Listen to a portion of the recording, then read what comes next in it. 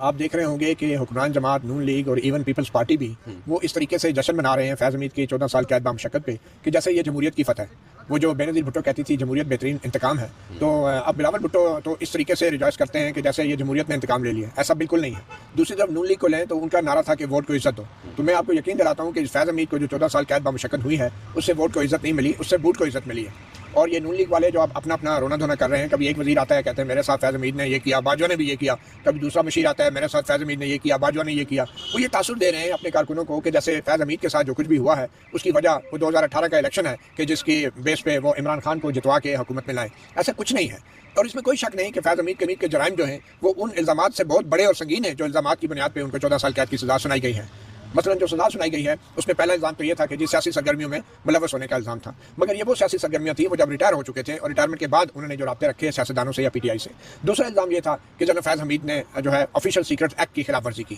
اور یہ الزام بھی جو ہے وہ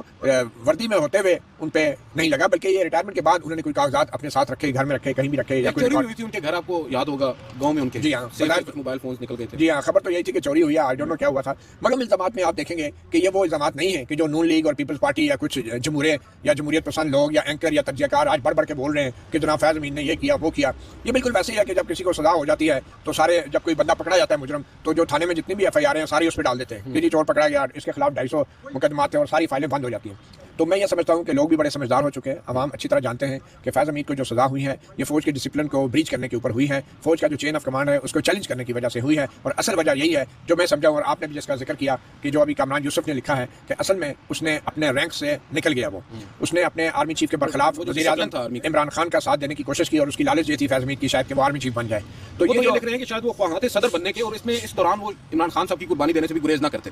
بالکل جی، اور یہ اس میں کوئی شک نہیں کہ فیض حمید جو ہیں بڑے ہی ایمبیشیس